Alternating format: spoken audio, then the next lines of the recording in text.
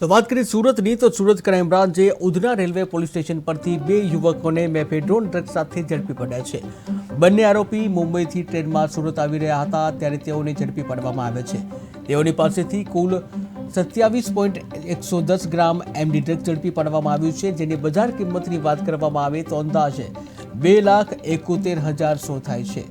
જ્યાં પોલીસે જયદીપ ઉર્ફે જેડી છગનભાઈ પટેલ અને જીગર સુધીરભાઈ સાવલિયાની ધરપકડ કરી છે। ત્યારે પ્રાથમિક પૂછપરછમાં આરોપીઓએ ખુલાસો કર્યો છે કે તેઓ આ ડ્રગ્સ મુંબઈ સેન્ટ્રલ ખાતે રહેતા રોહિત ઉર્ફે અલી શેખ પાસેથી લાવ્યા હતા।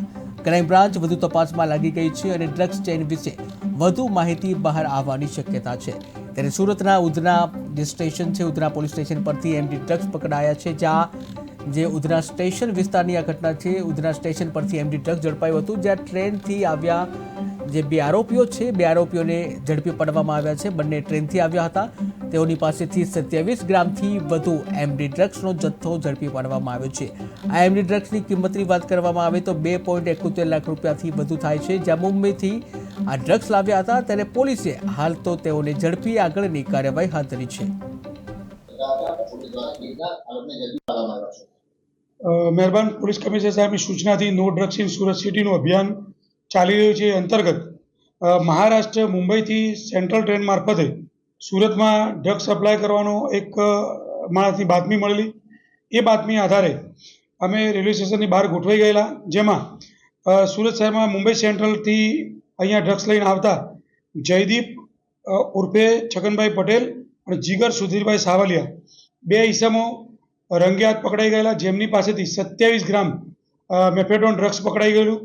એની કિંમત છે 2,71,000 રૂપિયાનો મુદ્દામાલ અને મોબાઈલ મળીને 3 લાખનો મુદ્દામાલ પકડવામાં આવેલ છે અને ઉધના પોલીસ સ્ટેશનમાં એનો ગુનો દાખલ કરવામાં આવેલ છે। તપાસ પણ ઉધના પોલીસ સ્ટેશન કરી રહી છે।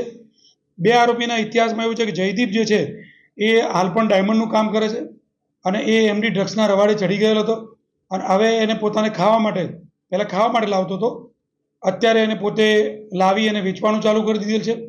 બીજો જે આરોપી છે જીગર સુધીરભાઈ સાવલિયા એ બુટલેગર છે અને એના ઉપર 6 ગુના પ્રોહિબિશનના દાખલ થયેલ છે અને જે જયદીપ છે એના પર 5 ગુના મારામારીના અને જાહેરનામાના ભંગના 5 ગુના દાખલ થયેલ છે। એ મુંબઈનો જે ઈસમ છે એનું તપાસમાં ચાલુ છે, પણ મુંબઈમાંથી ડ્રગ્સ લાવતો હતો રેગ્યુલર જેની પાસેથી। એ તપાસ દરમિયાન મળી આવે તે આગળની જાણ કરવામાં આવશે।